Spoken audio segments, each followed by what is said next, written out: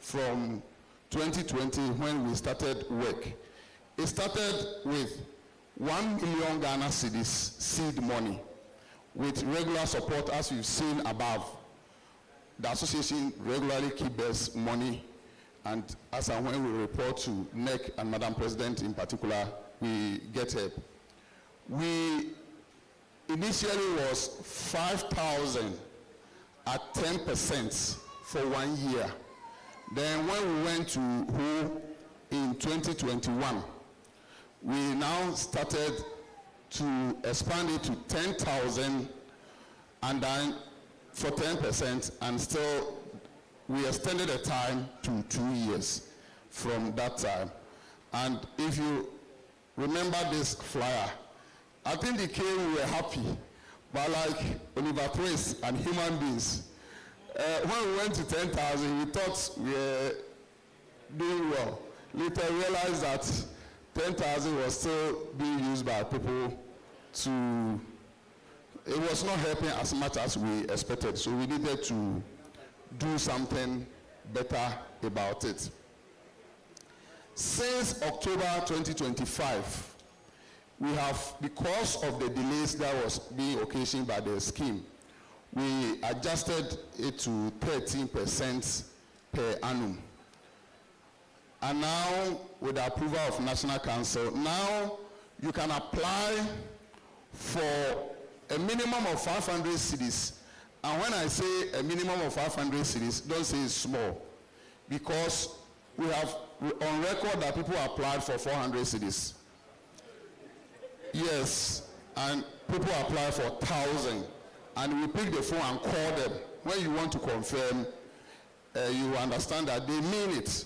And Madam President, I think the loan scheme and what we do should be researched into. It is also a way we can know the actual conditions of the nurses and our members. But this amount is limited to ×3 of your nurses fund balance. ×3 of your nurses fund balance. But if your nurses fund balance is such that it's no more than 5,000, or for instance, if you are a member in good standing and you have, say, 50 cedis nurses fund balance, you are allowed to take up to 5,000, so that you can use it for basic issues. This is because of the agreement we had with ADB Bank, and we must add that there's no processing fee, no any charge. As you can see, what you apply is what you will get, or what is approved for you is what you will get. And since October, we have not seen the need to reduce anybody's amount that they apply, unless their own circumstances do not permit it. So this flyer came and everybody was happy. And that day, we could sense the sense in our population. The members were happy that at least it was going to be fine. And so far, it has not been easy, but I think we are doing so well such that as an association, our IT systems and our processes are even very faster than very reputable organizations. So far, I can update you that we have, through the ADB GRNMA loan scheme only, ADB GRNMA loan scheme only, since 1st October 2025 until now, and today I think it's 19th, we have paid an amount of 25,326,908 Ghana cedis to 1,369 members under the scheme. So, and on the platforms, when people complain, it is usual, but it means that when they receive the money, they are quiet. When they don't get, they will hear about it. But we like it. We like it that way. And Madam President, I'm happy to report that somebody applied the highest amount we have approved and has been applied by somebody so far is 62,000 Ghana cedis, which is quite good. And the person tells me that she was going to use it to roof the building. And for us, when we hear that, you know that it is making a positive impact on members. We also have challenges. I must tell you that the applications are overwhelming. Now, nationally, we do a minimum of 150 applications per day. You can check 1,300 and take it back. So you can imagine if district approval officers and regional approval officers were tests, your work rate has increased since we started this. And so it places a very serious burden on the national office too, especially our secretariat staff, our 3-member secretariat staff who are supposed to work on all of this, and people are also on your head to push it to the next stage. We still have issues with inadequate funds and staffing. Obviously, if you look at the work we were doing previously and what we are doing now, it means that there's the need to increase our staff. And that one, I will look here to say that one. Madam President, now if you look at the amount of money we are turning, it means, in fact, we are better than some banks.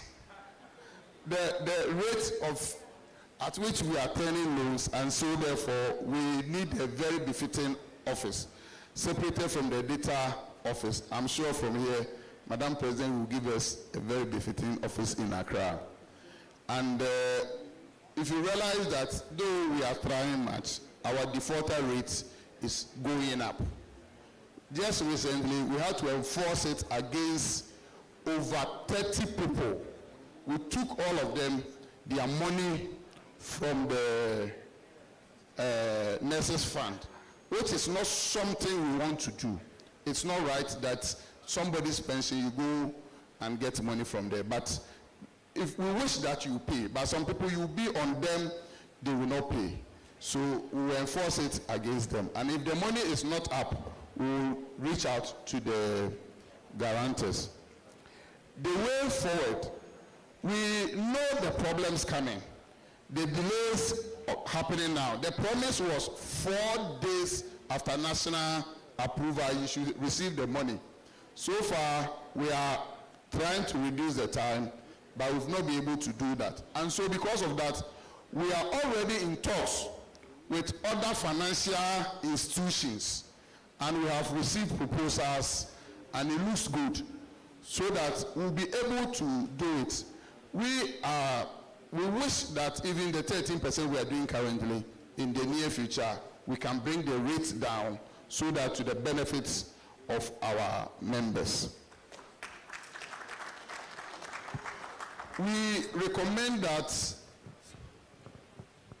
the secretariats, again, will be in our recommendation, and that prompt repayment of our Controller Accountant General returns to run the scheme.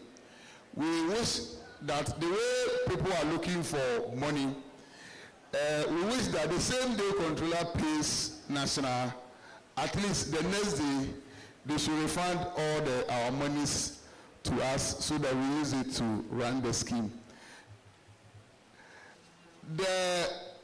Madam President, it has come up, and I was happy it came up at this meeting, that we continuously do financial literacy education for our members.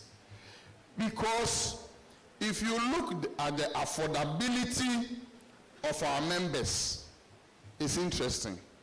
Somebody will have affordability of 98, and because of that will apply for a loan of say 1,000 and push the payment duration to 4 years. Yes, you ask the person, he wants that money, but that's the affordability that will allow for that money. And so there's a need to do it, for us to understand interest rates and what duration does to it, so that the money we take, the more you prolong payment of your loan, the more you pay on it. And so we should be able, especially if you prolong it like that, you are not able to take advantage of the loan again, and then the amount of money you also took is such that it cannot do much for you. So we need to re-emphasize that. I know we've been doing it, but whoever is responsible for it at the district, at the region, and at national, we should redo it for our members. We are grateful to you, Madam President, for such an idea, and to NEC for your cooperation. We have been worrying you whether you have money or not to push to give us funds. The National Council, for the criticisms, constructive ones you've been offering us, for the suggestions, and for everything you've been doing to us. And to my district law approving officers, are you here? Aha! You are doing all the work. We've heard you, and we are grateful for what you do, and for all the troubles you go through, and for all the 5 a.m. and 2 a.m. calls people place to you because they are following on their loans. And the regional officers, we are also grateful to you. Indeed, we are grateful to all executives from facilities to districts to regional and to national, and to all our members, and to the office staff. Mr. Robertse, to the office staff, I know you are the only one here now, but take it to the rest of them that we are so grateful that you help us. I just wanted you to see this picture of the people who started the loan scheme, the ones who started. I think you will miss our two ladies, Sister Okai and that beautiful lady from Central Region, that you worry her so much at home.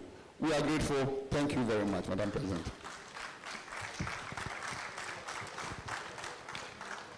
Let's do it one more time for the Loans Board.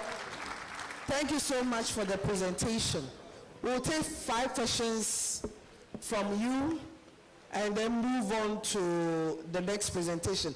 Just 5. The 5 persons can line up so that if you join when the 5 people are there, please take your seat back. Don't join the line. 5. Just 5 questions. I want to see the 5. Okay, 1, 2, 3, 4. We only have 4. Thank you so much. So nobody should stand behind Abraham. 4. Please give them a microphone for me.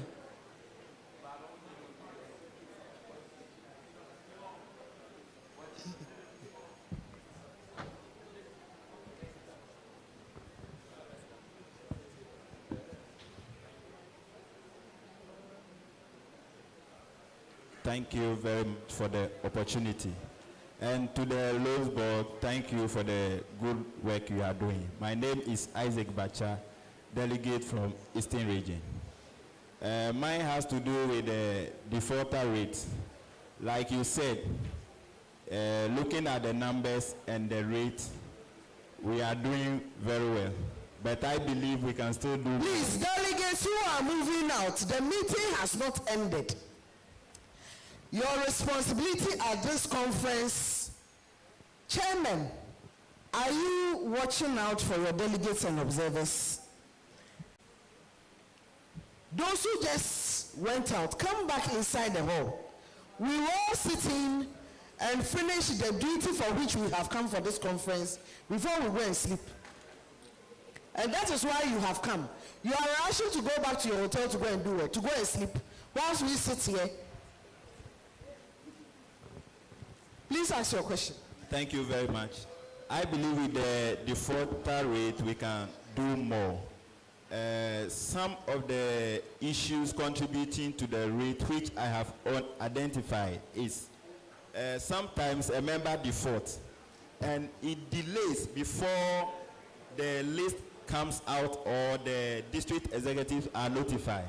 I was shocked to hear from a member that the loan deduction went off and it took the person for close to 2 years before she was contacted and then made to submit certain details for reactivation. Sometimes to when the details are submitted, it takes a longer time before the deduction starts. Sometimes the office is notified. I won't mention names here, but I remember a member applied for a loan and monitoring it got into a time that the loan was approved. And then I had a hint that the person was traveling. So I contacted 2 officers of the board with details, with this information that this person I learned is traveling. So the process should be halted for the loan. The payment should be halted. Before I realized the loan was paid. And thankfully, whether good or bad, the person was still being validated after the person traveled for over 1 year. So recently when they were doing the national validation, and then the person was taken off when they heard that they were coming around. And immediately I saw that the person went off. Even that, loan board has not contacted any of the executives to find out whether the person is in or not. I contacted the person and the person wanted to pay. And then I instructed the person to see the district chair for the necessary. So I think the notification of defaulters, it takes a longer time. So the officer should again look at that one very well. At least within 2 months, you should be able to detect that a member has defaulted for us to use the necessary processes to retrieve the loan. So thank you. Thank you very much, Loan Board, for the effort and the gains made over the period. I have 2 questions. The first one is that, please, I want further clarification on how we got the profit. That's the gain of 30 million plus. Because the receipt that you mentioned was 43,200,000 cedis, and then I saw some 190 something. So please kindly re-explain that to us, how you got the 30 million as profit. And the second one is, I want to know the number of people you have paid over the period, the 24 million. Are they like individual members per your calculation? Are they individual? The 24,000 members that you have paid, are they individual members or they are the number of times you have given the loans? Thank you. Thank you very much, Madam President.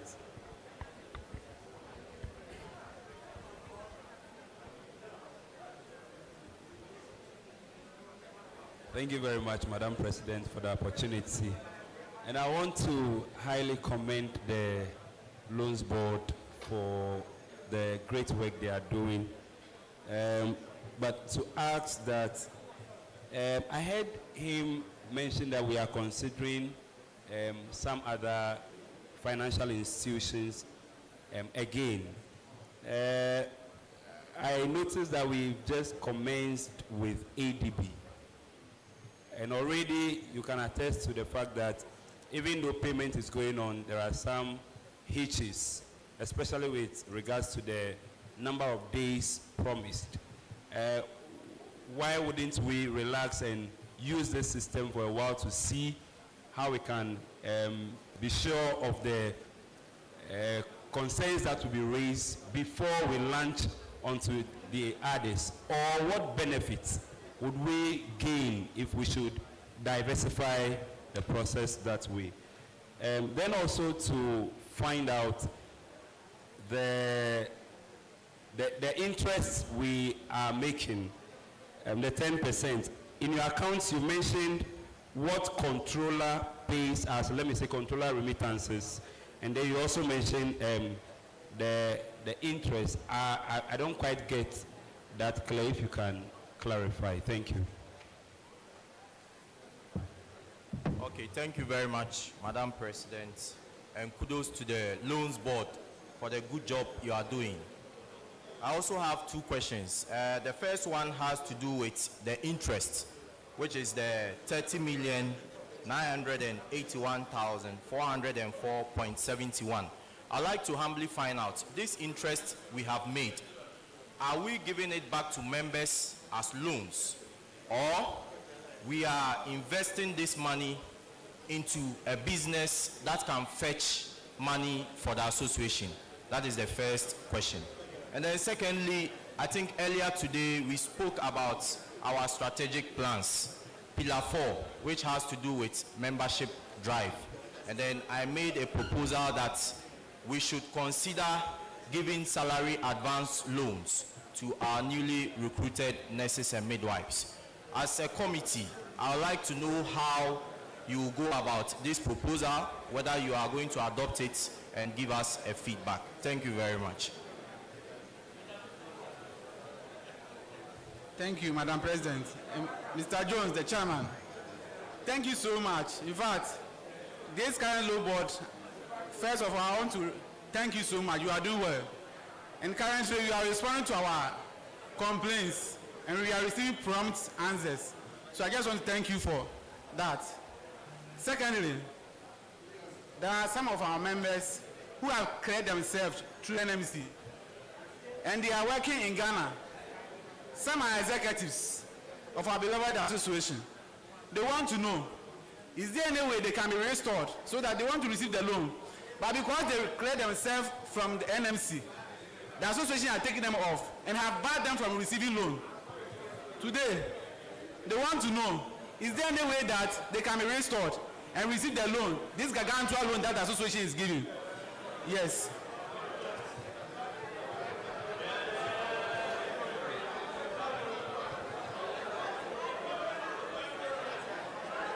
Yes, they want to buy the Cholera sound. The Cholera sound. In fact, Cholera sound, I'm sorry.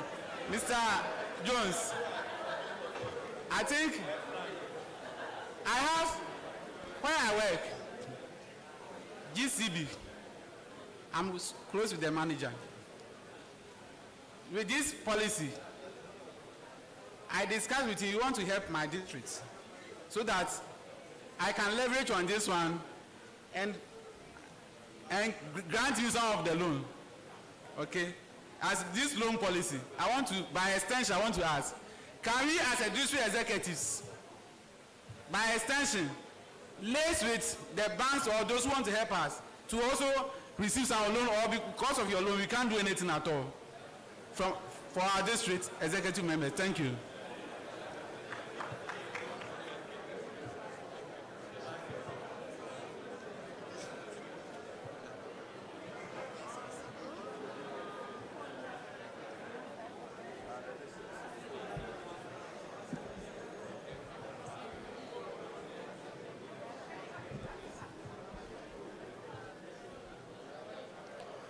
Madam President. Hello, thank you very much. Can Unity, can district executives liaise with other banks to have a loan scheme with them? That will not be for the loans board to answer. It's a policy question that goes to the National Council. So we will not be in a position, we are in conference, so it can come up and then a decision may be taken on it. But we cannot say a yes or a no to that. Those who have cleared themselves, can we unclear them so that we can give them the loan? Our answer is that if say a district chairman calls us, assures us that this person, he is aware that he is not traveling. In fact, there has been a situation before where somebody who had cleared herself deposited her passport with us, and so we gave her the loan because she needed money and she was genuine. She said, "Oh, I'm not going anytime soon. I will finish paying before I go. You can even take the." I thought she was joking. She gave us the passport. We kept it to show that we are also serious. But she paid. In fact, she paid and took the loan twice before I've not heard from her again. Maybe she's gone now, but she finished paying. Then there was another one who came with all the assurances, including a regional executive talking to us. We cleared the person, paid the loan on Friday. Madam President, by Monday, when we spoke with her, she was in the US. So these are the dynamics with it.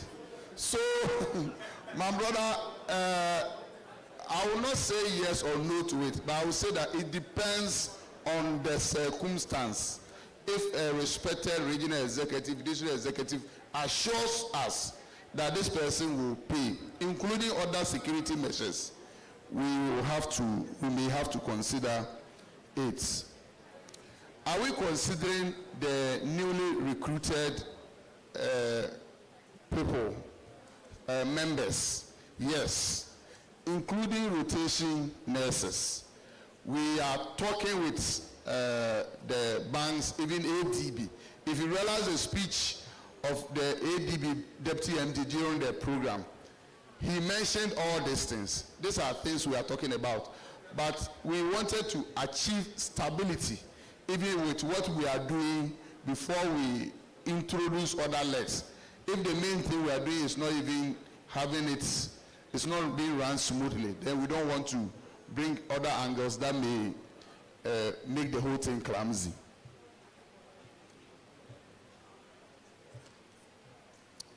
The interest rate, are we investing it? It's interesting.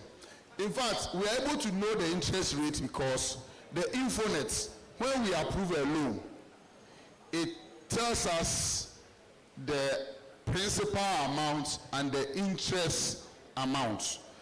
And so you know it's that we are able to know the interest rates. But it is gone back to the members already. As soon as it comes, in fact, as soon as we see money in our account, it means, you know the pressure already. Because most of the time when we have money, 1,000 people are waiting. And so you don't wait and think of investment. I think it's also investment when you also give it back to others because they also pay interest on it. So that is the...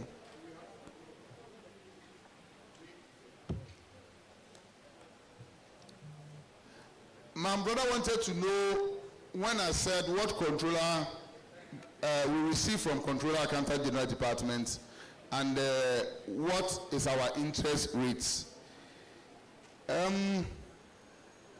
We are able to determine our interest rate per day. If I give you 10,000 and your repayment is 110, the 10 above it is interest. That is basic. So the money that comes from controller also includes the interest minus their charges. But we are able to know our interest because we know the rate that we give it to you. That's why I said the interest rate we have seen is not inclusive of the cost of the loan, which also includes controller charges and the bank charges. The new one we are starting comes with the cost of the loan. So next Congress, when we meet, we are going to report all those ones.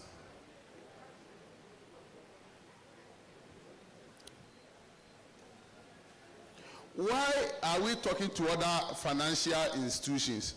My brother, when ADB delayed a bit and the platforms were boiling and you were frustrated, and if you get frustrated, I don't know what will be happening to us. We even get more frustrated. Then it tells you that it is, what about if one day we wake up and ADB says, writes to us that we don't want to continue this scheme again? What becomes of our loan scheme? So it is prudent that we diversify things, even investments, so that you do it here, so that at least if you have a problem here, you can channel your energies here before you can also think. So that is the proper thing to do.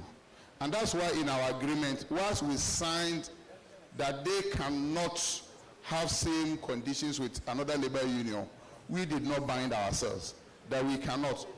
And the system is such that we decide, the infonet is such that when we are approving the loan, we decide which bank we are taking the loan to.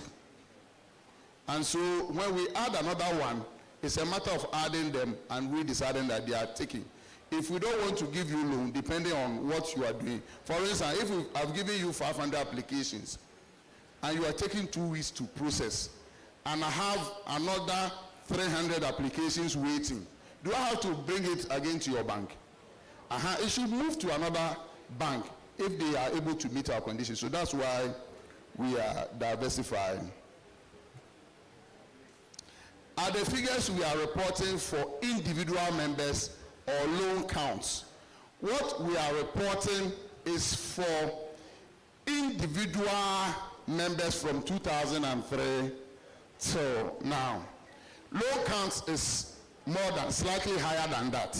Loan count is slightly higher than that. Because I know that some people within the period has taken 2 loans. So it will count higher than that. So this is individual members.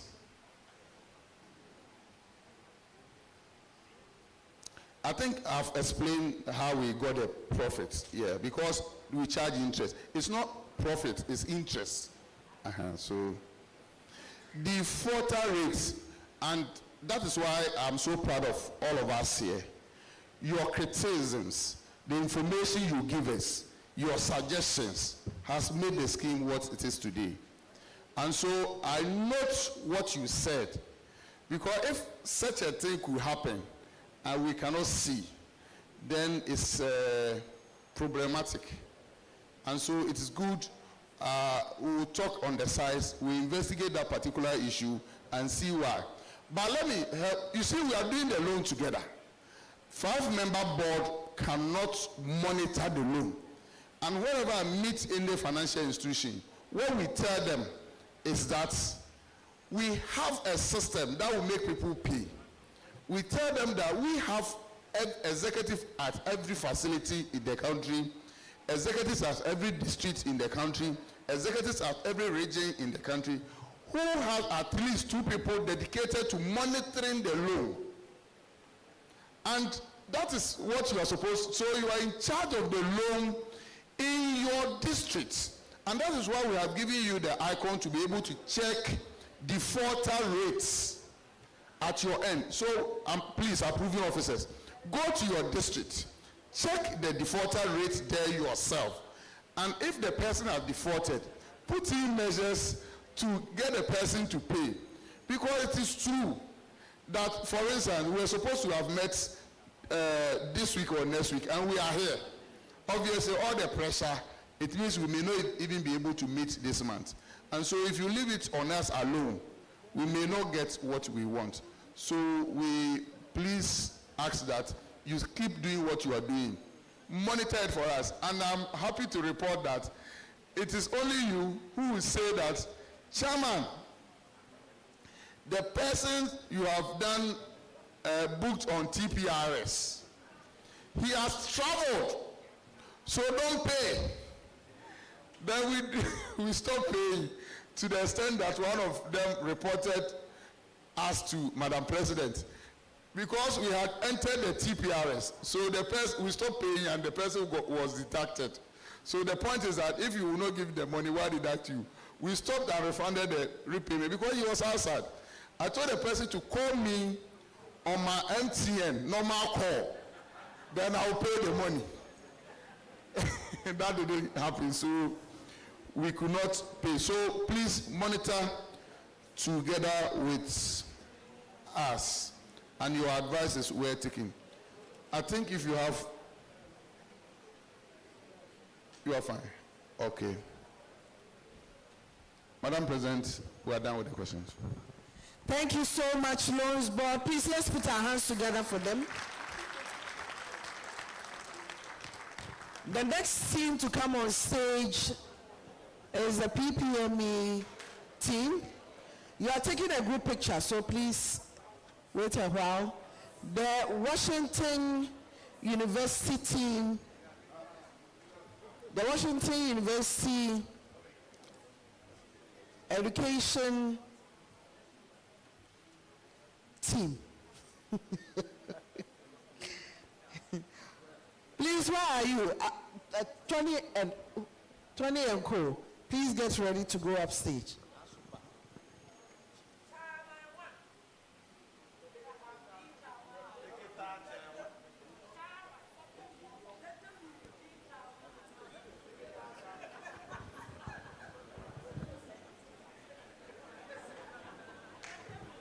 Let's do it one more time for them.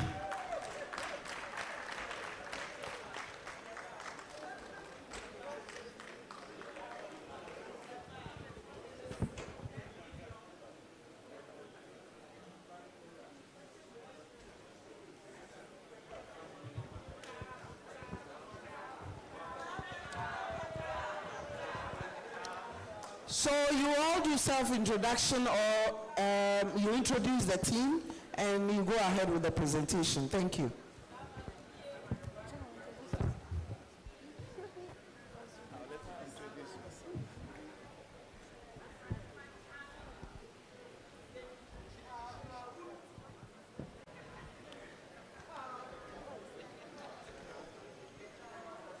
Good evening, conference.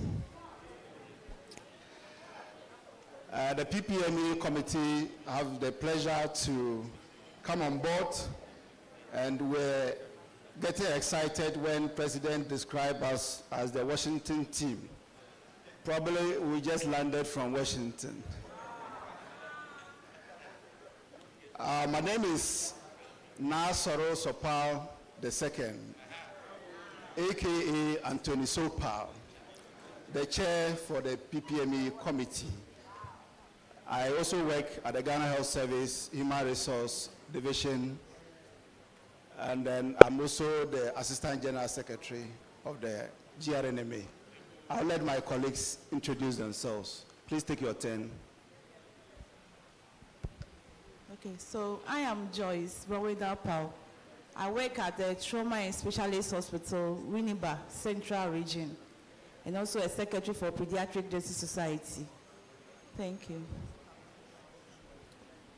My name is Rebecca Okraku. I work at SDA Hospital in Takrady, Western Region. Member of PPME. I'm Shadrach Asamoah-Takura. I work at the College of Health and Wellbeing in Kintampo and a member of the PPME committee.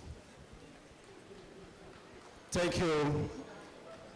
So we indulge you to make our presentation on, can we have the slides? Okay. On our collaboration with the University of Washington to run online CPD programs for our members and the entire nursing and midwifery fraternity. The presentation will run from a short intro and we'll walk you through up to our challenges and some future directions and some conclusions. We wish to say that through Madam President's vision and the direction from the strategic plan, the PPME team has been scouting to get the best tried and tested online educational program so that we can introduce it to our membership to help them acquire knowledge, skills, and build competencies to be able to impact to society. We have gone through several online programs, one of which is the YCEA. We also looked at the one that OTECA. OTECA is Information Training and Outreach Center for Africa. We looked at their platform, and we also looked at the Manipal Hospital program, which is also online, as well as that of the WHO. And comparing them to what we saw with the University of Washington, we wanted to remain focused on the University of Washington project and see how long we can go with them. So by far, let me declare to conference that neither the PPME nor myself have any financial or personal conflict of interest related to the University of Washington online program. I'm just a coordinator, and my team, we are working together to see how we can enhance online learning experience for our membership. And that is exactly what we quest to do. The University of Washington online programs are run worldwide. So they are global in nature, and the University of Washington itself is known for its public research. It is also known for vigorous academic standards. The online program, for instance, is a flexible one for those who have tried it. It's high quality, top notch, and professionals are able to go through the program without too much hassle.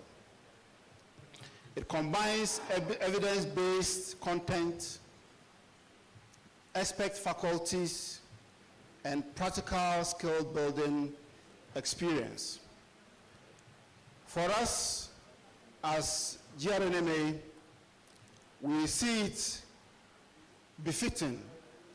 We are able to meet all other colleagues worldwide. And for those who have experienced it, I'm sure they will share with you how it is to run this program. Indeed, it aligns with Ghana's concepts. When we look at the programs, when we juxtapose it with what the curricula of many of our institutions are running, we see that they are aligned. And that is one of the reasons why we think it's one of the appropriate courses to look at. And therefore, I will take you through the courses that are available to the low middle income countries. They run a number of online programs, but what is open to those of us in the low middle income countries are about 12, and they're introducing more. So we have project management in global health, introduction to epidemiology, economic evaluation in global health, clinical management of HIV, fundamentals of implementation science, fundamentals of global health research, monitoring and evaluation in global health, global mental health, policy and advocacy in global health, transforming your leadership and management skills, as well as well-being for health professionals. In Ghana, aside the GRNMA site, we have other sites that are also running some of the courses, or in some cases, all the courses. So when members are applying for these courses, you need to be mindful of the site you choose, because we are many, we are about 12 that are running their online programs. And by far, we are the lowest in terms of pricing or cost or fees. We started in January 2024, and we've been able to run 9 cohorts, making a total of 441 participants that have successfully gone through the training programs, averaging about 49 per cohort. The first cohort we ran was the leadership in management, the leadership and management in global health. And we have been able to do 4 cohorts within this period. We also did the global mental health, and that we ran only 1 cohort. And I think the mental health members saw it to be too tedious. After that, only a few came on board again. But I encourage them to come to try it again and encourage more people to learn. Mental Health Society, please take it up and let us redo this cohort. We also did the monitoring and evaluation. We ran 2 of such cohorts successfully. Then the policy development and advocacy, we've run 1 cohort so far. And currently, what we just ended is the transforming your leadership management skills.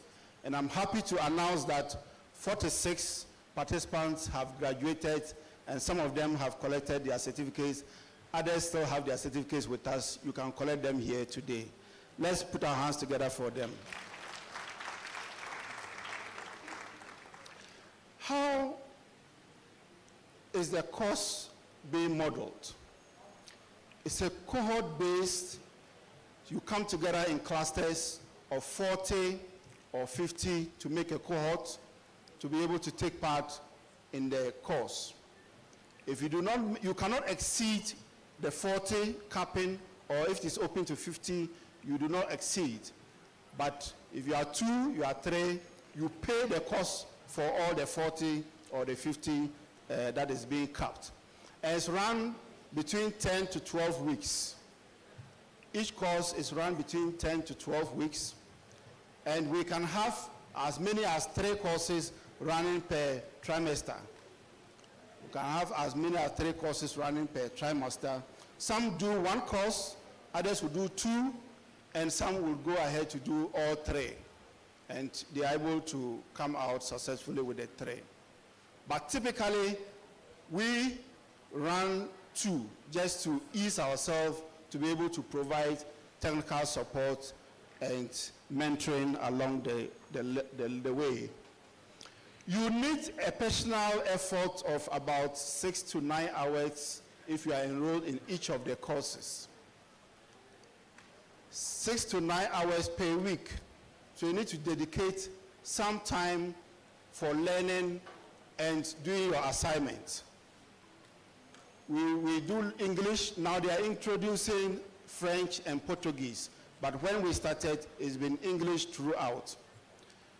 So you have to be proficient in your English, and it's 7.5 hours credit.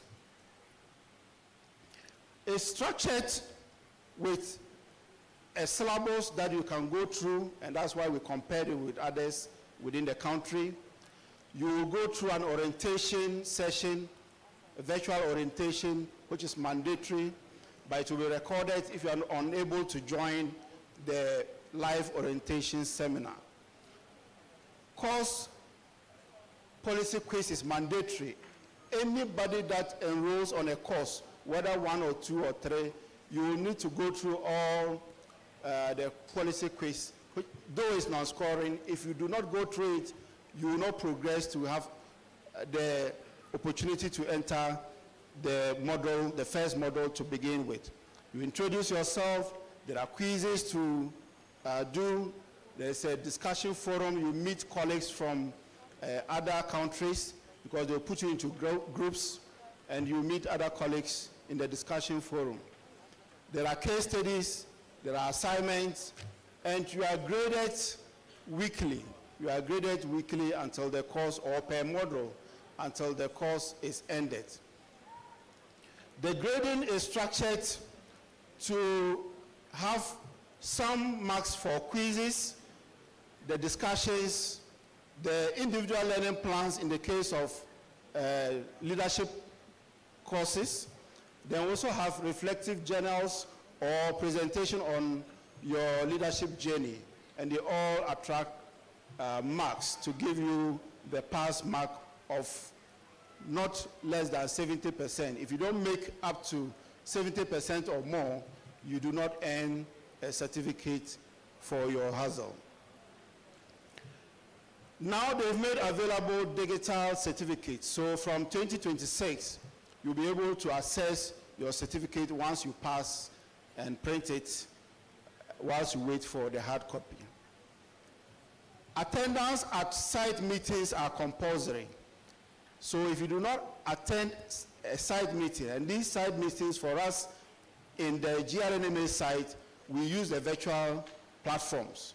So once you enroll onto the course, you need to attend the meetings, and you need to attend at least 3 to be able to make headway in the course. For challenges, we have noted that each time the course is opened, publicity becomes a problem. You send the announcement, but it gets stuck. When they have closed the course, then people will say, oh, we've never heard about it. We didn't know they have opened registration. They've missed the deadline. So how do we do this, and how can we make sure that it gets to everybody? So we employ all the administrators of the platforms to fly all our flyers wide to get people to register. Others also choose the wrong sites. Like I said, we are not the only site in Ghana running these courses. So we have the Joabe Millennium, we have others. So if you wrongly choose a site, it means you belong there. You cannot take advantage of our subsidized rates for members. Others also do last-minute payments. If we are taking 40 people and we have 70 people, it is only fair to take those who pay. So once you pay first, we'll log you in until we get the 40th mark. But if you pay later and we have already exceeded our number, the only thing we can do is to refund your money. And it takes a laborious situation to be able to get your refund, because reversing the Momo transactions or bank transactions also take some time. But we're able to do that for you. Also worrying is when people call at very odd hours, sometimes 11 p.m. Oh, tomorrow we are supposed to submit an assignment, but unfortunately, it's like I've not been able to finish my assignment. What can I do? 11 p.m., Abba, you are running your night duty. Allow me to also sleep small. See, so the team is quite worried about such inconveniences. So try to call for support on time. And you always have 1 week grace period before a model is closed. So when a model is opened for 2 weeks, the first week you should submit. If you are unable to submit they give you 1 week grace period. So within that 1 week, if you have any challenge, call upon us and we should be able to help you resolve these challenges. Also, dropout rate is a problem. People register and pay, and yet they are unable to do the course. What is the problem? We only get to know when we are about finishing. And it's sad that you pay for it and you are not able to do the course. For whatever reason it might be, please reach out early for support. Others too fail genuinely. They just fail, but we don't want people to fail. This is a course that you can receive mentoring, you can receive coaching, you can be supported to go through it successfully. So don't allow failure to come to you. Yes, so I'm also glad to say that this morning, one of the graduates, I don't know if you know this gentleman, okay, so he is one of the first to receive the certificates for the transformation. So let's put our hands together for him.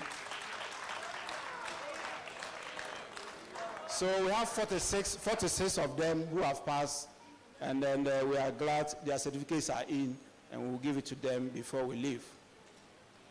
The university has also introduced new courses, one of which is the Redesigning Global Health. Registration is ongoing, and we urge you all to try to register. This course is a prerequisite to doing the diploma program next year. Next year, they are introducing 2 diploma courses. And if you don't do the Redesigning Global Health,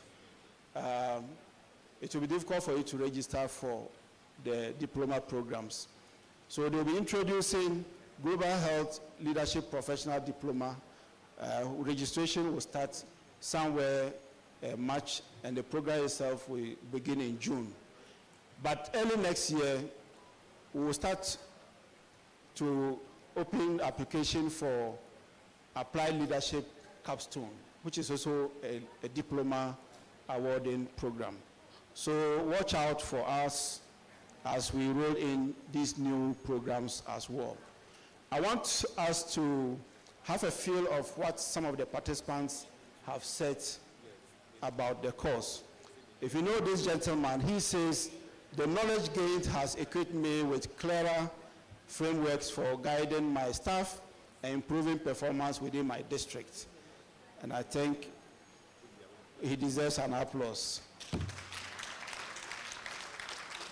We also have another participant who has completed. She says, navigating the model platform has been an exciting experience.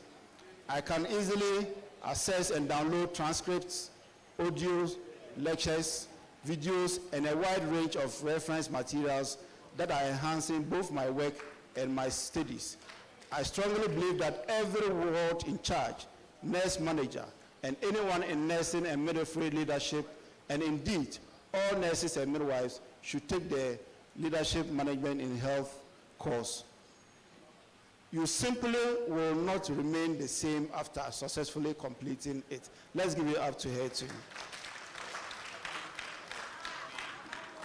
And I also have this young man who we want to also rope in as an assistant. He's been providing a lot of technical support to new registrants and participants. I fell in love with the University of Washington online programs after completing the Leadership and Management course. The experience was transformative, and it has left me eager to pursue even more courses. I am truly grateful to the GRMA for providing this opportunity. Kindly put it up to him too. Thank you so much. So we want to see how we can locally gain CPD points through the Education and Research Committee. We have applied for CPDs from the NMC, we hope that they'll be able to grant us some CPD points to award to all successful members. So we also definitely will have to approach the Medical and Dental Council once we have some of our members with them to see how they can offer CPD points for that. We intend to build our own systems and introduce tailor-made courses, and I'm sure that is the reason why Madam President is passionate about us learning and introducing some of these experiences. We want to expand the volunteer support network, so all the regions, if we can get focal persons to support members who are running the program and have challenges, especially those who have gone through it and have passed and have experienced it, provide some valuable support, mentorship, and coaching to those who will be enrolling in the ensuing courses. We want to take this opportunity to acknowledge the leadership of the GRNMA, of course, the Yaa Santua herself, and I think with her leadership drive, we'll be able to have a great experience with the University of Washington online course, which we think that is good for our members, and we can also emulate same going by our strategic plan. We want to again recognize the Education and Research Committee for their invaluable support, and of course all those who have gone through the program, including those who have just registered. We appreciate your relentless efforts in going through the course and having it come to pass. We congratulate all of you, and we hope you propagate the information so that we can get more people to do many of these courses. Of course, the Yaa Santua herself is the one who is the show person in this game. Thank you all for your attention. And thank you so much, PPME committee. Please, let's do it for them. We thank you so much for their hard work, and we encourage you to continue doing more. And please, just propagate the message so that we can have more members taking opportunity of this program. I'm sure there are members in your constituents who are not aware we are doing this. Send the message to them, share the information on your platforms so that we can get more participating in this event. Thank you one more time, PPME committee. You can take your group photo and then come down so that the next team to go upstage is the Socio-Economic Committee presenting on the GRNMA Health Fund. Questions? That's why you were still sitting. So five questions for them. 5. Quickly, please.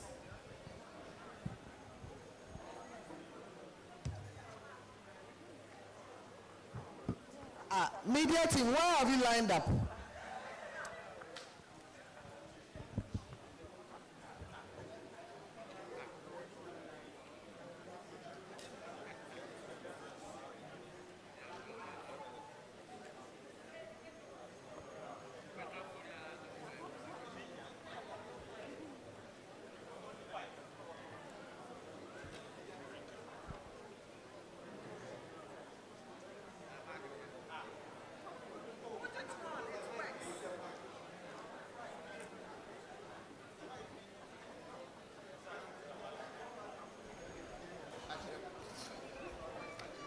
Madam, thank you very much for the opportunity. I was looking out for the costs for the courses, but I didn't get so that some of us will prepare and join them, and so I'll look forward to that. And what I saw something, and as a team, PPME, evaluation, reporting, everything is important. In their acknowledgement, I saw pictures they used in their presentation and never acknowledged, even including the publicity of the committees that helped them in their training, everything, but there was no such acknowledgement. So if you look at a committee of their nature, which is to evaluate the work of other committees and even GRNMA in general, and they could do this without such acknowledgement and evaluation. I want them to respond and see how best we will know what we are doing. Thank you very much. Yep. That's all you wanted to say. Thank you so much, Madam Chairperson. I'm Dr. Abba Engelman from Ashanti Region and the delegates. Listening to our people, I would want to congratulate them for what they are doing. And over the days that we've been here, I've seen that we have so much fine brains in our nursing fraternity here in Ghana. Is there a situation whereby we can institute such a program within GRNMA whereby we might not necessarily need to go to Washington, like the group, for them to do the training for our members? Because I know that we can get the faculty from the various nursing institutions and then universities, and then possibly they could run such programs for us. I want to find out, are we planning on something like that? Is it feasible or it is not? Thank you. Thank you. To next person. Thank you very much, Madam President. It's Etonam Abba again, the only ARS of the Great Volta region. I want to commend the committee for the great work they are doing. We really love what you are doing for us. God bless you. Except to ask humbly that this is supposed to be a committee report to conference over activities within the period under review. I only want to find out if there is any special reason why the report only focused on this program that we undertook, because I know that they have done a lot more work within the period, and constitutional imperative requires that we are giving updates on. Thank you very much. Thank you, Madam President. This is gracious Nadoli Kalio. I want to find out from the committee what is the acceptability of the certificate obtained. For instance, I've done the leadership program, and I'm applying for a position. I'm required to include a certificate in leadership and management. Is this certificate obtained acceptable? Thank you very much.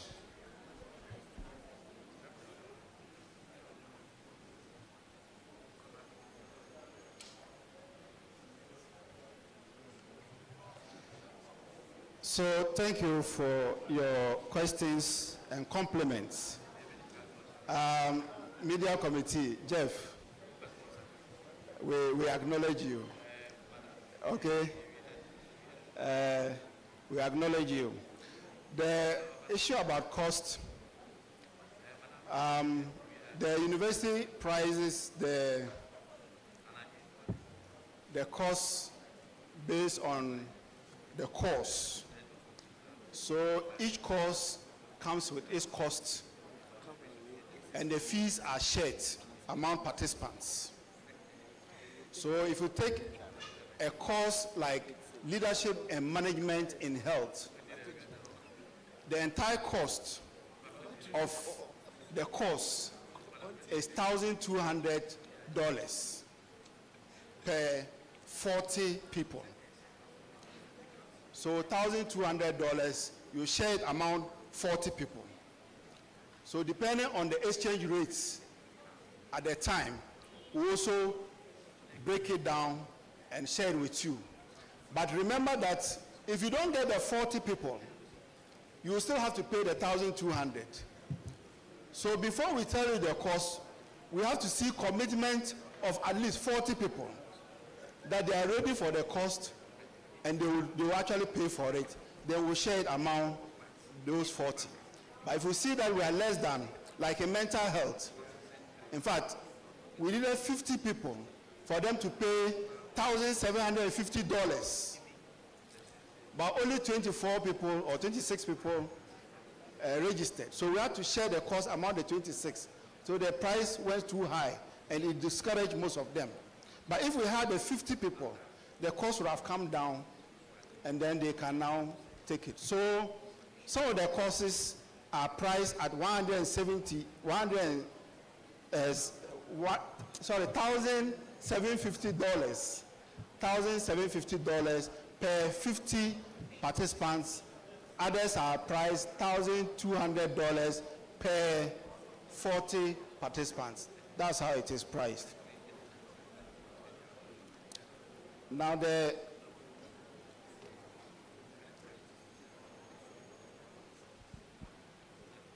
I think that was from media committee. I told them that the acknowledgement is in our real presentation. This one is a teaser. Tomorrow we'll do our real presentation. Okay, then let me just tie it with the issue about evaluation.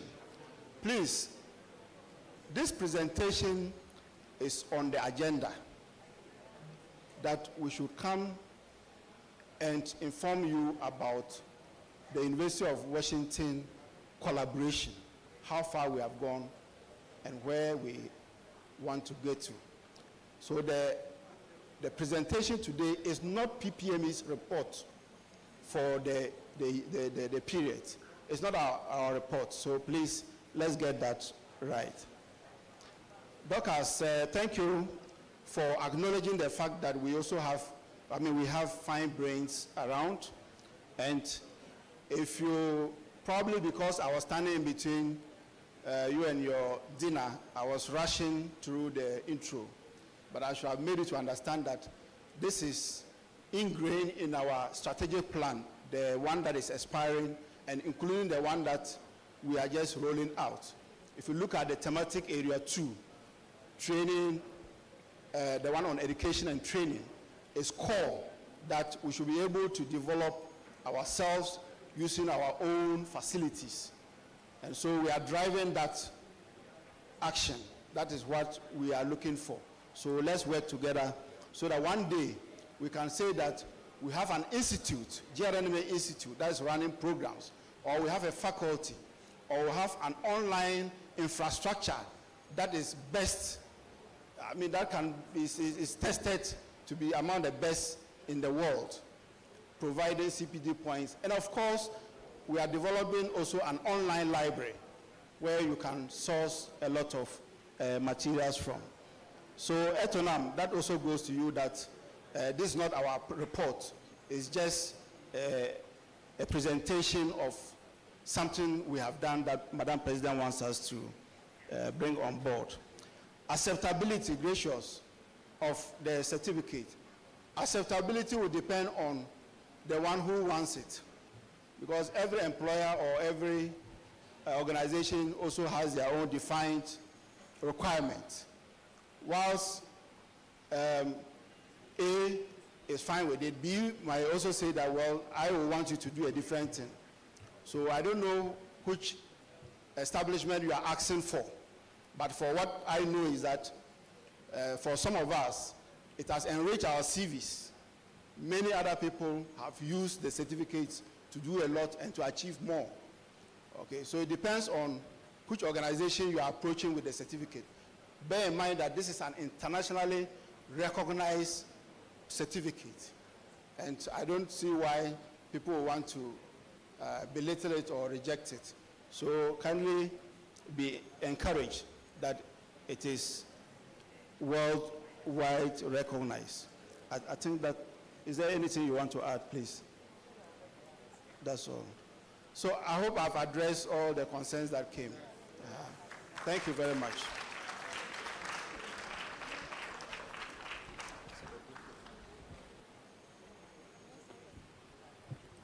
Thank you so much. Let's put our hands together for them once more. The next team going upstage is the Socio-Economic Committee. And just like the PPME Committee, they are not giving their report. They are only taking a portion of their report to give us highlights on the health fund that we are running. Tomorrow, God willing, they will give report on all the work they have done within the period under review.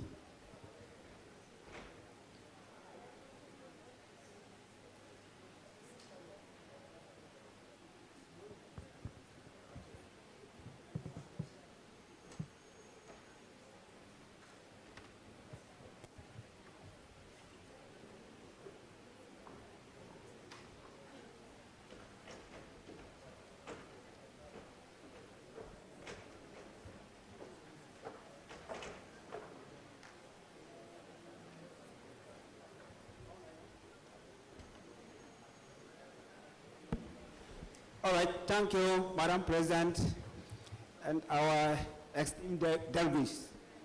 This is Socio-Economic Committee members. We are made up of 5 members. Currently, 1 is unavoidable absent, and so 4 of us are here. So I take this opportunity to introduce ourselves, then I'll let my secretary take her to the presentation. So, Madam President, Honorable delegates, myself, I'm Thomas Jafuk Lambon. I'm the chairman of the Socio-Economic and Welfare Committee. Then next to my left, Mr. Lawrence Bakronwin is the secretary. Next to him, we have Mr. David Samapia, a member. And the only member of the committee, Madam Mabel Kisiwa. So, Madam President, like Madam President outlined, is just a portion of what we've been doing as the committee.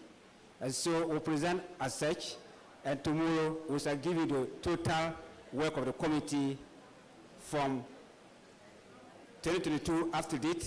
And so, Madam President, with your kind permission, I hand over to my secretary to take her through the presentation. Thank you.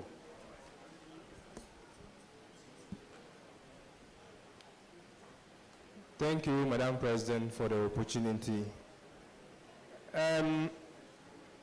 Unity. Madam President, kindly permit me 1 minute of our time for me to render an unqualified apology to conference for a statement I made that was supposed to be a precursor to a question I wanted to ask. Well-meaning conference attendees contacted me to inform me that it was a statement in error. And on a personal reflection, I also think so. So I want to use this opportunity to withdraw the statement and apologize to the panel, to Madam President, and to conference. I take personal responsibility for the statement, and I'm sorry. So now let us turn our attention to our health, because this presentation is generally on our health. And like Madam President said, these are the welfare policies that the union is running for its members. So that's the outline of the presentation. We basically have 3 objectives: to give support to our members who have conditions not covered by the National Health Insurance, to also give support to our members who are victims of natural disasters, and then as an initiative to get our employer to take care of our members. So you see in subsequent presentation that one of the things that we require of you in your application is to give us evidence that you have involved the employer to take care of your health issue. So there are 3 models. One is ill health, one is disaster in terms of fire, and then one is rainstorm. Now, what is the eligibility criteria?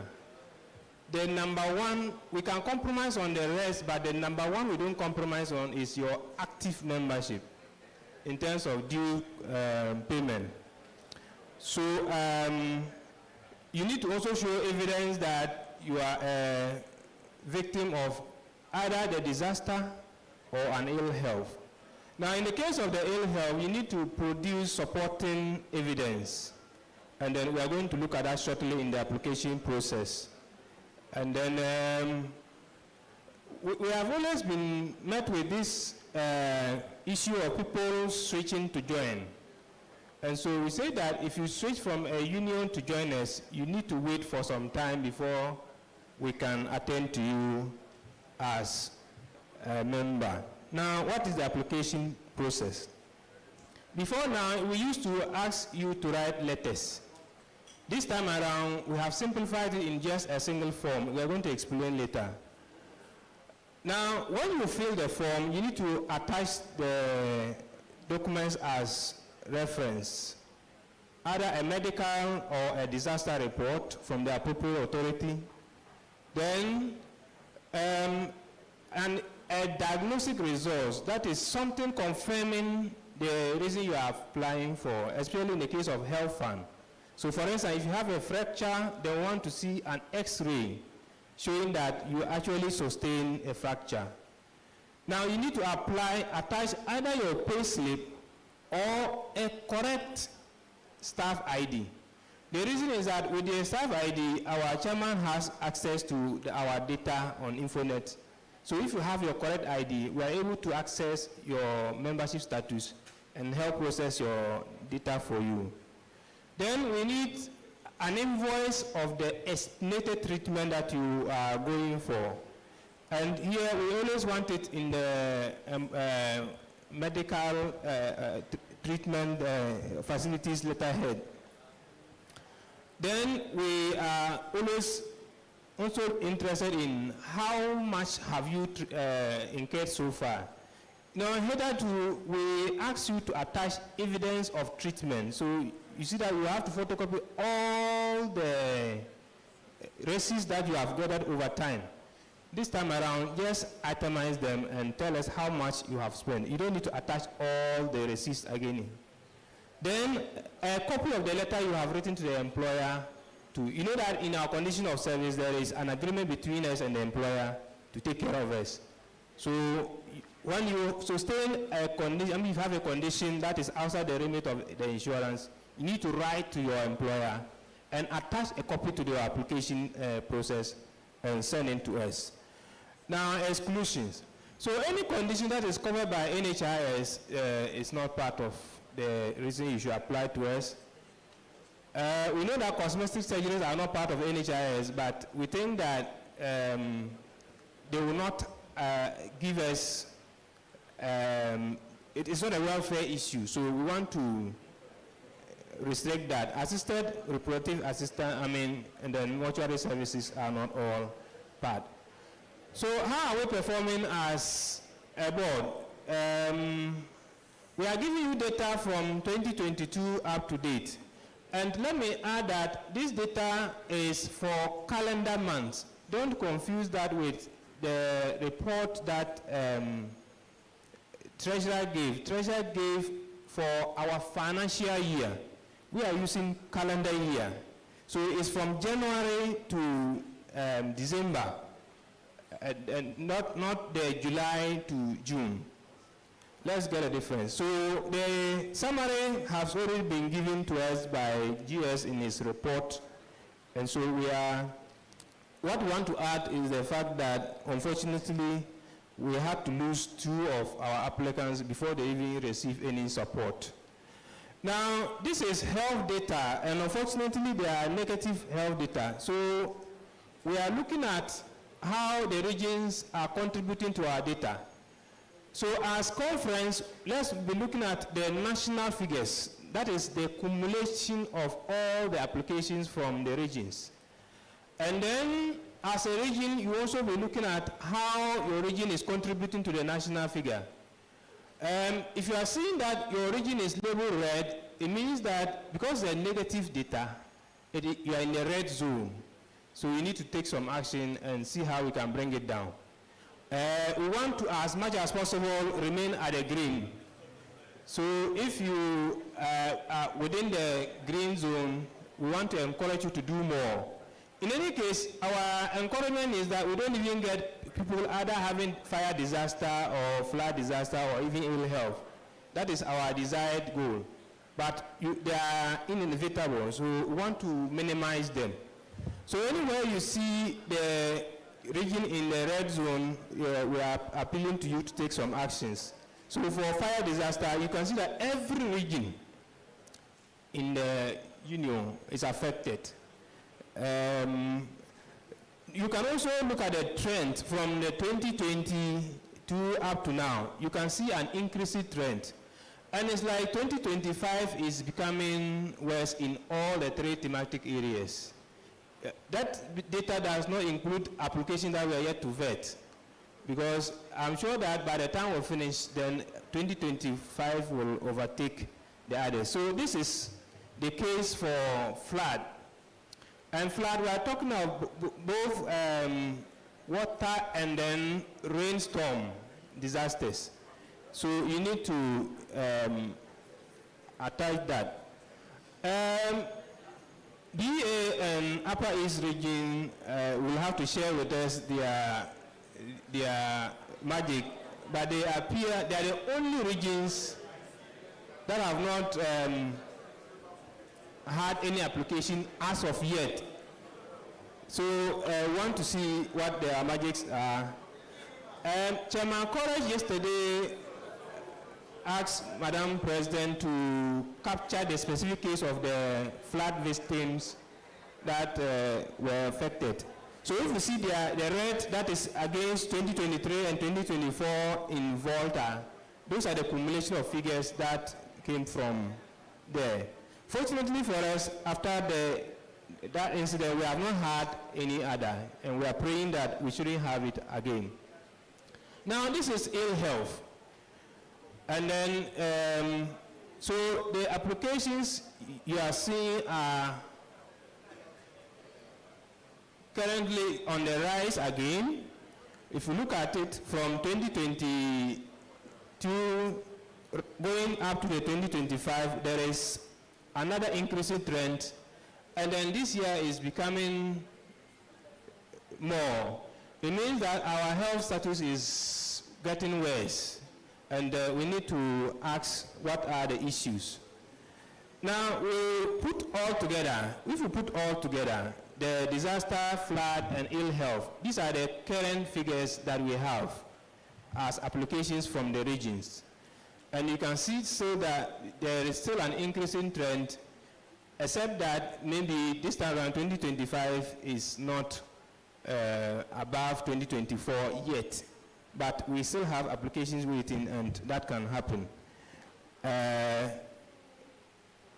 Now, so if you put the three together, this is how the components look like. Over almost 70% of the applications are in the name of ill health, and then 20% for flood, then 10% for fire. So what are the components of the ill health that we are looking at? Maybe later on we will be able to segregate this data into the regions, but for now we are just looking at all of them together, because what can affect any nurse, any midwife, you know that it can also affect you, so that we take cautions. The number one, as you are seeing, is fractures. In this case, fractures are preventable. Can we engage ourselves and see how we can get nurses and midwives to avoid fractures? What is worrying me, Madam President has already mentioned the case of cancers, which we all need to take pay special attention to. But what is worrying me is bone diseases. What we are observing from the data is that majority of us are having these pathological fractures. The bones are eaten up, and we have to replace hips and things. I don't know what the problem is. We may have to, like loans committee recommended, push this into social education and research to conduct some study. What is it that we are doing? It could be work related. Many of them are also spinal injuries and things. Want to understand. Now, the last one you are seeing is substance abuse, substance use disorders. Until now, we are not accepting them, but we have gotten to the stage that we have an agreement with Pantine Hospital. We will explain more in our proper report, but this is to say that our people who have addiction issues can apply now, and they will be attended to. So let's see funds we have utilized so far for our health fund. The details have been shared with us already. I'm highlighting ill health first because in the case of the disaster and then fire and disaster, the application is just the same. Everybody is giving 6,000. Now, in the case of ill health, the worse your condition per your narratives, the higher the amount. So you don't have to clap for yourself if the amount allocated to you is big. It means that you have severe conditions within you, and that is why it is highlighted red.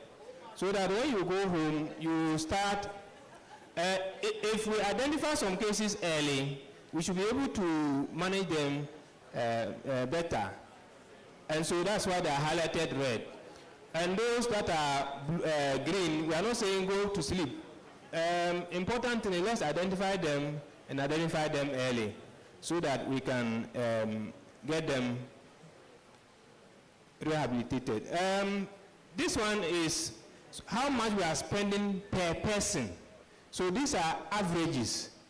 It is not to say that everybody is giving there, but on the average, this is how much we are spending on every person. Now, you see that some regions that were not highlighted red in the totals are highlighted red with the averages. That tells you that there could be one or two people who were very severe and were given very high amounts. So they would have pulled the average higher than the others. Then we want to now put everything together. So this is the total money that have gone to the regions from health fund as far as disaster, flood, disaster, fire, and disaster ill health. And ill health are concerned. You can look at the trend again. 2025 is coming out strongly and can easily overtake 2024 in terms of the total. For the overall, I think Madam President mentioned that in her report yesterday. We have so far spent 16.2 million on health fund alone. Now, let's come back to the average. So, on an average, how much is everybody or one person treated per region? And then you can see where the balance has gone to now. So, just check your region and know how, check both the trends and the numbers that are assigned to you. We want to also provide evidence that we are not just talking about figures, they were actually presented. So let's see. I want to add that if you take the health fund form, there is a disclaimer there. So once you apply, it means that we can use your picture for sensitizations like this. So if you are here and we show your picture, pardon us, it is because we already have that understanding with you that we can use them for education purpose. So this is for the northern belt. So upper east, upper west, northern. So you see that we said that on an average, the average was around 30,000. Now we have evidence that people have received 100,000. In upper west, and then we have a 40,000. These are not the extremes. These, we are just selecting them based on the stories behind them and their availability for the presentation. So for the middle belt, we have a Ashanti region, then BA, and then Eastern region. So these are evidence that every region has received something from the association, courtesy Madam President, and it has reached the people. Now we go to the coastal belt where we have Volta and then Greater Accra receiving 60,000 and 100,000 respectively. Then we also have Central and Western with the accompanying amount, evidence-based. So the monies are getting to our people. We are asking that when they reach us, we should acknowledge receipts so that we can use that as further evidence. Unfortunately, we are not able to accept all the applications because of the reasons that are assigned. So in all, we have not been able to process some 31 applications. Of course, you see that the trend is also increasing. The reason is that some of them don't comply with the inclusion criteria.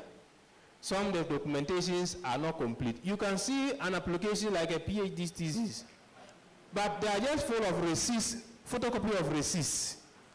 There is no medical report to confirm the condition you are applying for. Maybe there is no pay slip, there is no, then you make all the inquiry, you cannot get them. So you are not able to review them.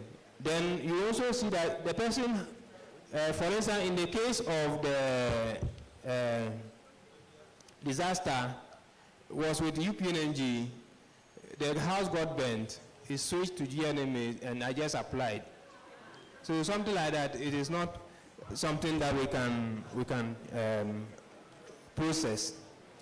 The other challenges we are facing are incomplete documentation. Like I said, we are able to compromise on some, especially with the evidence that the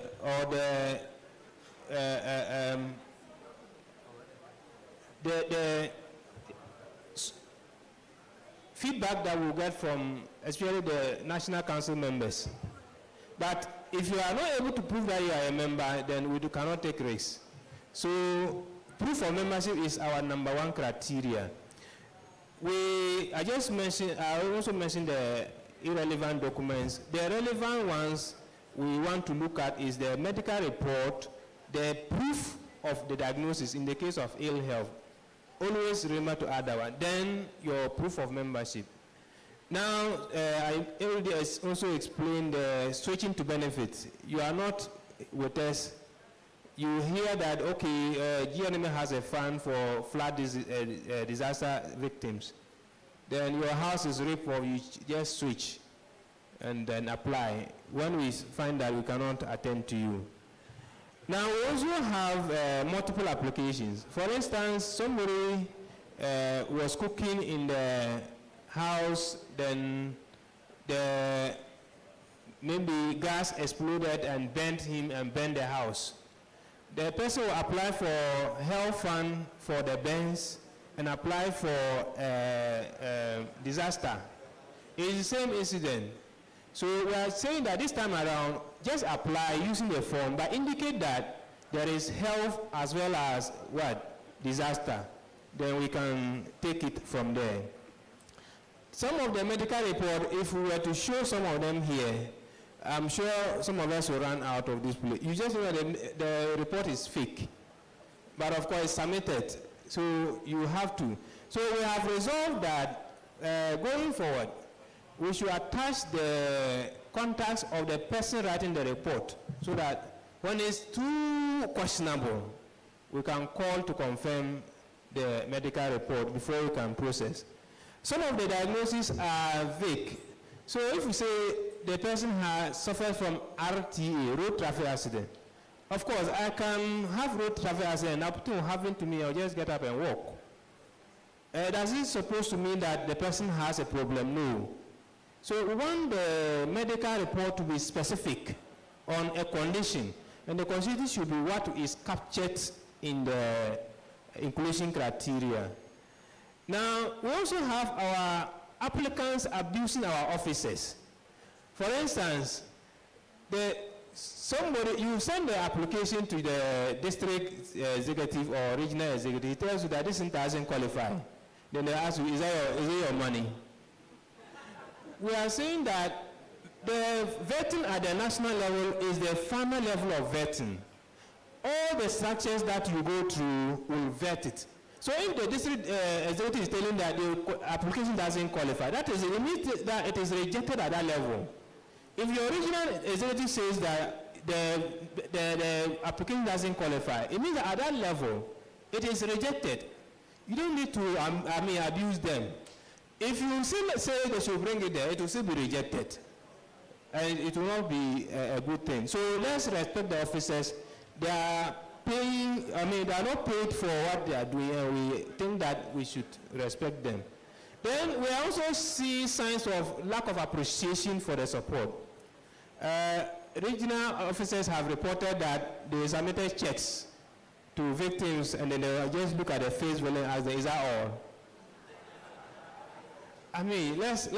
It's a support. Something that is supposed to help you come off of your difficulty. If you are not satisfied, don't just stand in the face as if he is the one who is supposed to give you the money he is not giving you. Is that all? Madam President says that if you apply and we give you money and you still have a reason to believe that you are still qualified for more, you can still reapply.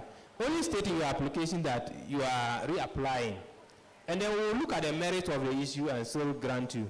But don't abuse the support. Don't make it look like something is not right. Now, we also have applications from new entrants. Somebody has just joined today. The next day is having a problem, is applying. And then even students. It's always been a difficult thing to us as a committee. Maybe as conference, you will help us take a decision on how we should treat them from here. But our recommendation is that from here, we should align all our, especially the ill health, to what is internationally recognized as the 13 critical illness. These are the group of illness that all insurance companies that go into ill health use. Of course, we have modified them to suit our GNMA situation, but they are still comprehensive enough for us to use to guide our applications.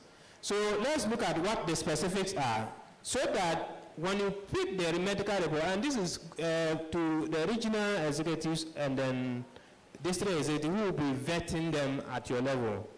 So that when you pick the documentation, you look at it, let it be in line with one of them, then you are good to submit. For instance, if you are saying submitting a case of cancer, we want the medical report should state the stage of it. Is it stage 1, stage 2, stage 3, or non-invasive? Okay, not just a tumor or whatever. The failures, so all the components that you are seeing, they are defining conditions that you can submit for each of them under the 13 critical illness. So from here, we are going to be very, very strict on this so that we don't run the scheme down. Now, what is our way forward? Our way forward is to go back to the people who have received our support and see how are they doing. How many have recovered completely? How many are still with the active condition? How many are deformed or disabled? And how many are dead? It will give us the real impact of the support that we are giving to our people and then we can use that to inform future decisions. Now, we also want to, like we saw in the strategic plan, push for the policy to move towards medical insurance scheme so that it can be more organized for us to use. And like I said, from today, we want to confirm some of the questionable medical reports so that we can validate them before approval. I just mentioned that this time around we are using a form instead of you writing a letter. The details have been explained to our regional and district executives so that if you take it and you don't understand, just contact them and then they will explain them to you. Where we have reached, my chairman will give the acknowledgement and appreciations. Thank you very much.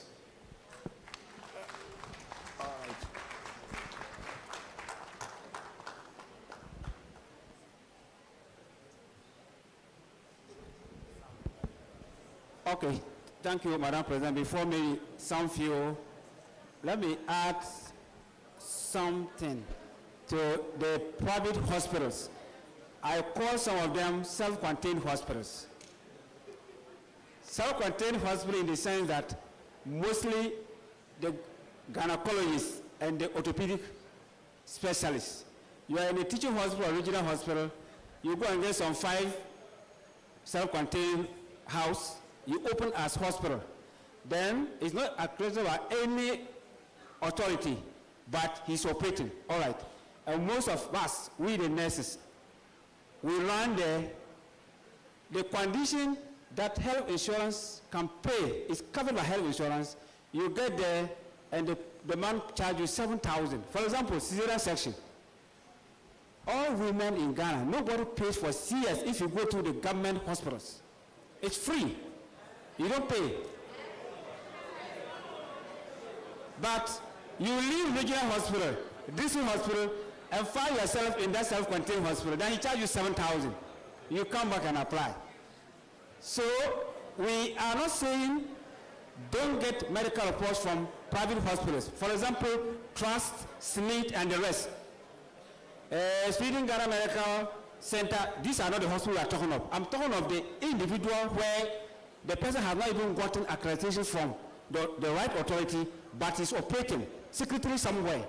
Then because the nature of our work and what we know, I am in this hospital, I don't want certain operation to carry on me, then I'll go there secretary behind.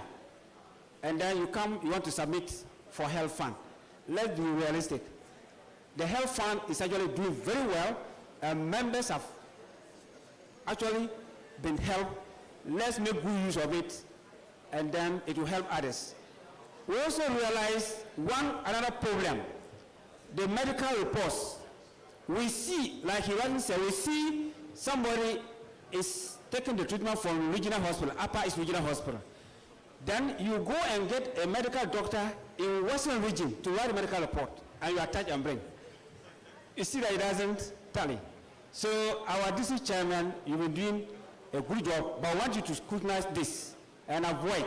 You can't return treatment in regional hospital, Upper East, but because your uncle is a doctor in Western Regional Hospital, then you send, oh, uncle, they say this is what I'm suffering from, but I need medical report to get support for my situation. Can you write? Then they write. And you come and attach. You see that completely you are out. These are the incomplete ones we are talking of. So we plead with all of you. In fact, this is one of the flagship policy of Madam President, and it has helped a lot. And most of the time, when you don't have the problem, you think it is doing nothing. You get the problem and you see. Those who have benefited have testified, and all of us who haven't even benefited, we have seen what it has been doing. So we call on all of you, let's put our hands on deck.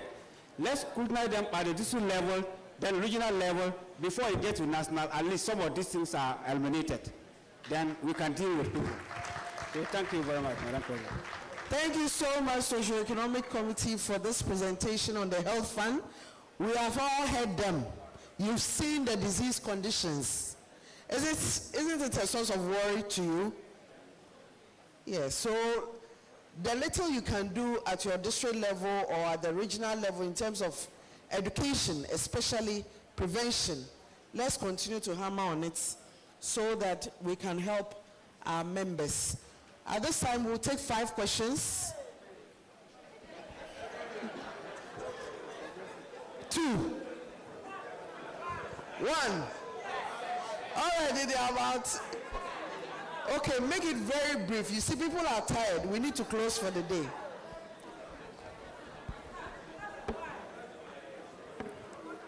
Why have the media committee come again? Why is the media team here? Is it acknowledgement?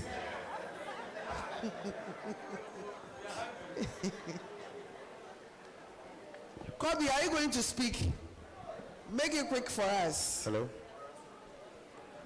Okay, my name is Kobe Blaze, Secretary to the January Media Committee. So, during your presentation, you indicated that the consents are always ensured, that you're going to use their photos and all that for publicity and all that. But in our line of work, we've encountered some members who have refused to be filmed whilst putting the documentaries together. We encountered some recently, and it really affected our operations. So maybe we would want to see or we wish you could share with us some of these consent forms so that it will help us when we have to go on the field during the filmings. Thank you. Thank you very much. I'm Ashley Ni Aiti, Blue Son of Municipal Chairman. So I have 2 questions. With regards to the list of conditions that have been listed, the 13 conditions, when you look at most majority of facilities, the district facilities, you realize that most of us don't have the capacity to diagnose some of these conditions, especially looking at conditions such as Alzheimer's disease. I'm a mental health nurse, I should clarify, which you rarely see some of these conditions diagnosed in our facilities. And it becomes worrisome if the association is going to look at peculiarly these 13 conditions. If they could look at it further, I think it will help. Then the second question has to do with a situation I have on my table currently, which one of our staff had an issue with regards to a condition that is covered on health insurance, but the challenge had been that the medications that they are buying is what they are complaining about. What can be done about this? Thank you. All right. My name is Johnson Mensa, Northern Region.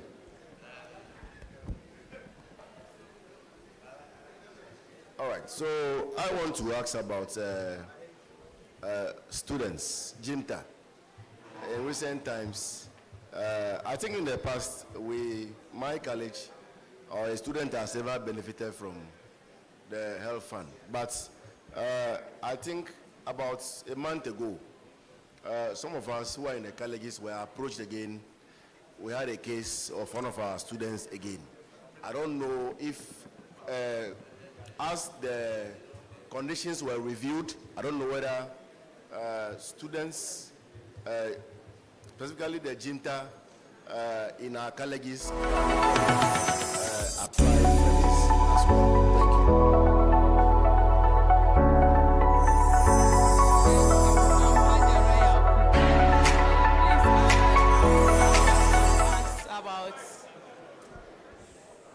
Thank you. Social support, you have done very well. Thank you very much for the wonderful presentation. But what my worry is that throughout your presentation, I didn't see anything like psychological support. We all know that most of our young nurses and midwives are suffering from psychological trauma. We are going through psychological tortures. that if it is well looked at, some of these conditions could even be prevented. Most of our nurses and midwives are leaving the country not only because of financial problems, but the psychological tortures that they are going through. Sometimes we all need love and support from our partners. Then in one way or the other, I'm lacking this. I go to the website, I'm not able to function well because of that psychological problem that I have. So please, I want to beg and then see how best you can channel some of the monies into this by trying to get forums that could at least give us some sort of counseling and then a lot, because psychological well-being is more important to me than any other thing. Thank you very much.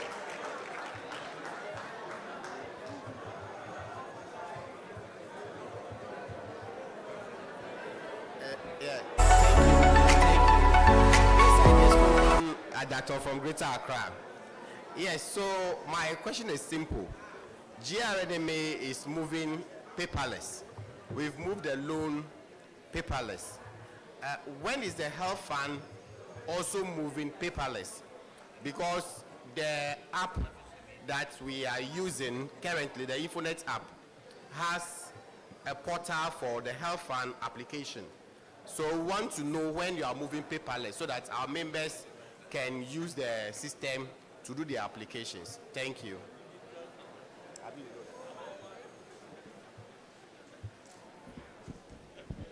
All right, so my name is Prosper Conlan, and first of all, I want to sincerely appreciate Madam President and the team for what they are doing. I have seen associations, I have seen so many groupings. Sometimes they even contribute something, but I have never heard any of them giving up to 50,000 or 100,000. For us to see that, please, we are tired, but can we put our hands together for our leaders? If something is good, we must say it. Number two, I stepped out a little. I don't know whether the committee mentioned it.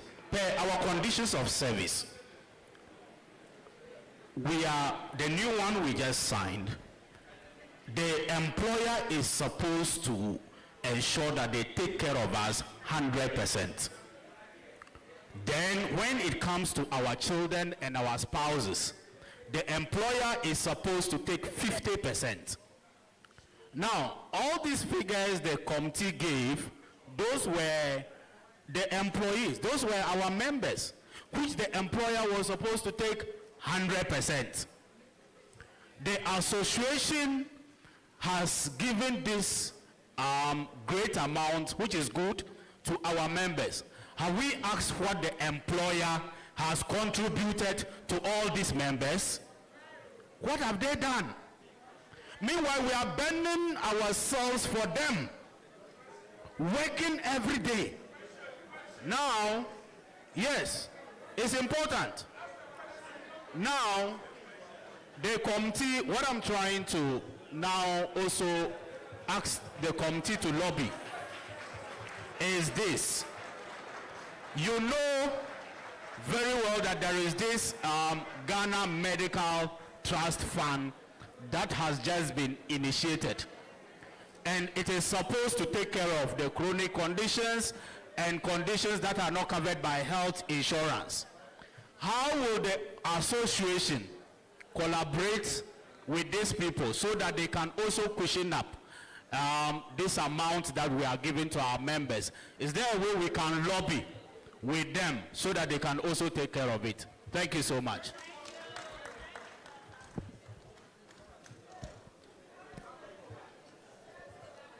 My name is Abudu Atika, a midwife from Northern Region.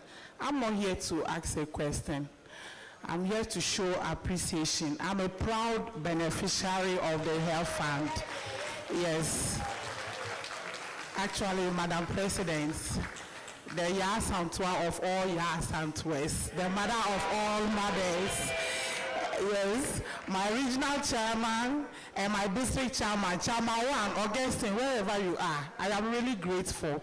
And to the Socio-Economic Committee, thank you so much. Like the chairman said, you wouldn't appreciate some of these things until you experience it. GRNMA has helped to save my life, not just once. I received the health fund twice. Thank you so much. Yes.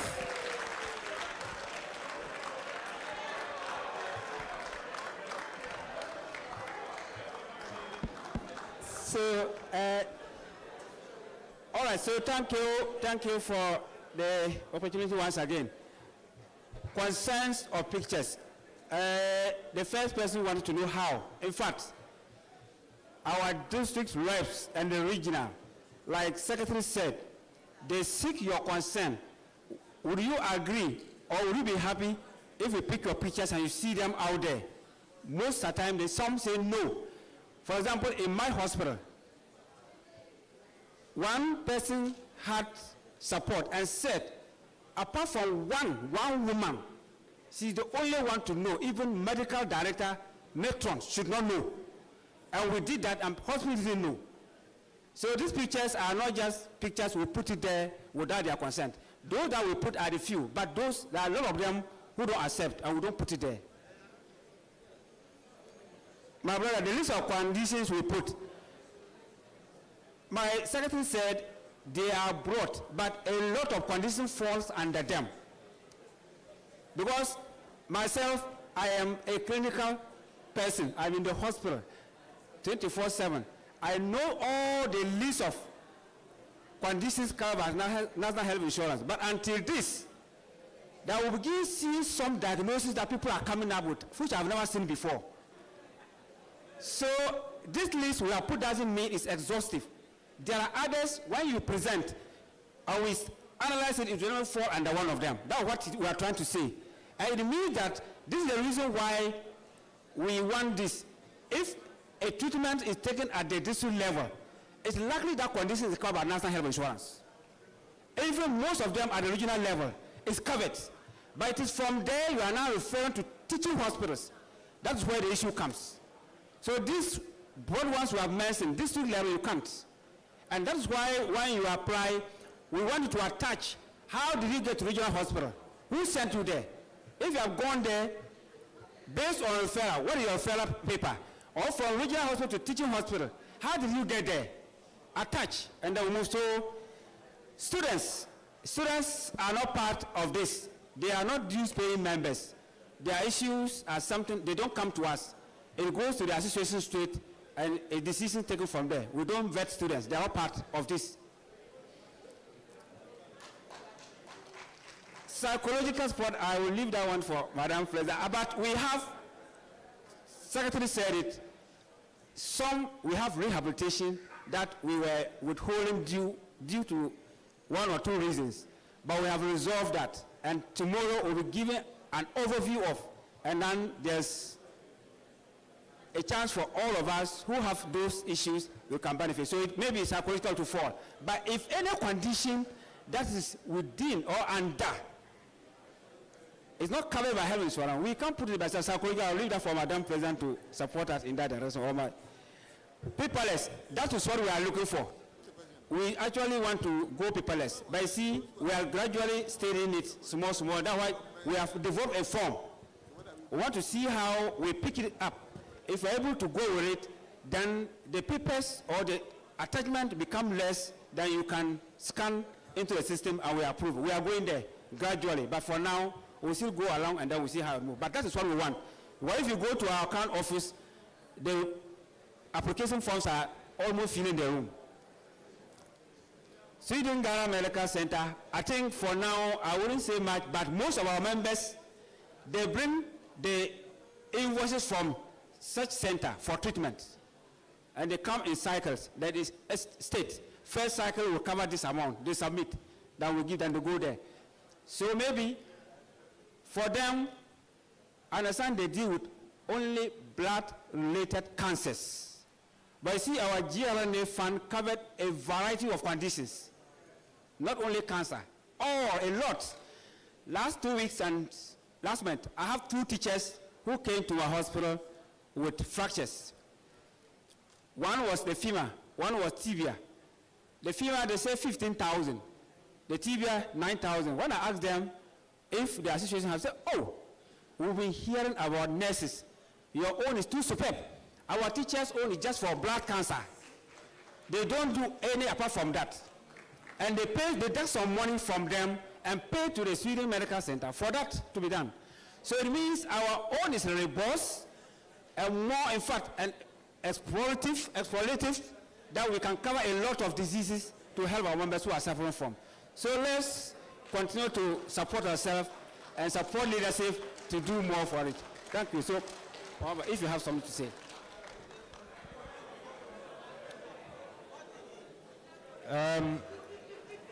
I want to add something to what my chairman just said about the consent. Please, when you take the form, look at the very bottom. There is a disclaimer there. It has a message of consent. Once you sign on it, it means you have consented to us using your pictures for educational purposes. But that is not to say that we will always force. We always engage. So if it is the filming, the person is not interested, I think we can negotiate. But for consent, once you sign the form, you have by default consented. My brother also asked about the 13 critical illness. Please, they are not just single illness. That's why I showed you the various conditions that fall under each of them. They are actually a group of conditions. Okay, so for instance, cancer. Once it's cancer, is anything cancer is part. So it's not, we are not going to differentiate cancer of the eye from cancer of the, no. Anything, let it reflect in 1, your medical report, and 2, the investigation, that diagnosis, the diagnosis test, and you are free to go. I think there is also a question on medication alone. Many of them, we are not able to take some decision as a committee. So we refer that to Madam President to take the final decision. And that doesn't include medication. Thank you very much.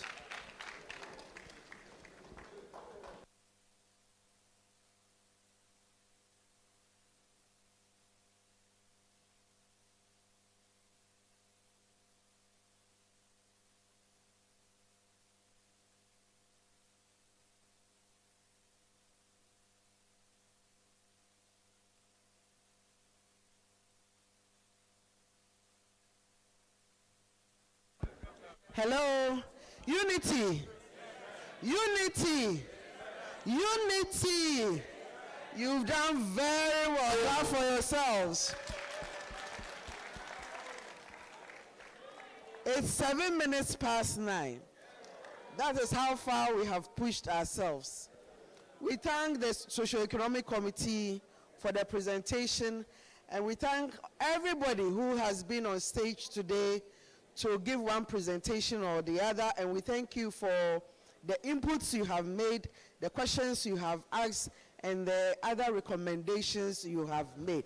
When it comes to the psychological, we'll think about it. We'll see how it goes. So at this juncture, you can rise and take your group photo. Let's clap for them. As soon as they are done, I'm going to ask for a volunteer to give us a closing prayer. But before then, we'll have to get somebody to move a motion for adjournment of this meeting, and a seconder. We take the closing prayer, and then we can go take our dinner. Are you done? To get ready, immediately Madam, you signal Madam. Okay. So at this time, I will indulge the House for a delegate to move a motion for adjournment of this meeting. George, you have the floor. Thank you, Madam President. In the absence of any further deliberation, I, George Dasa, Regional Secretary, Northern Region, move for the adjournment of the meeting to tomorrow. Thank you very much, Comrade George Dasa. Do we have a seconder? Yes, Madam, a seconder is up. Thank you. Okanse, Voter Regional Secretary, I second the motion as moved. Thank you very much, Comrade John Okanse.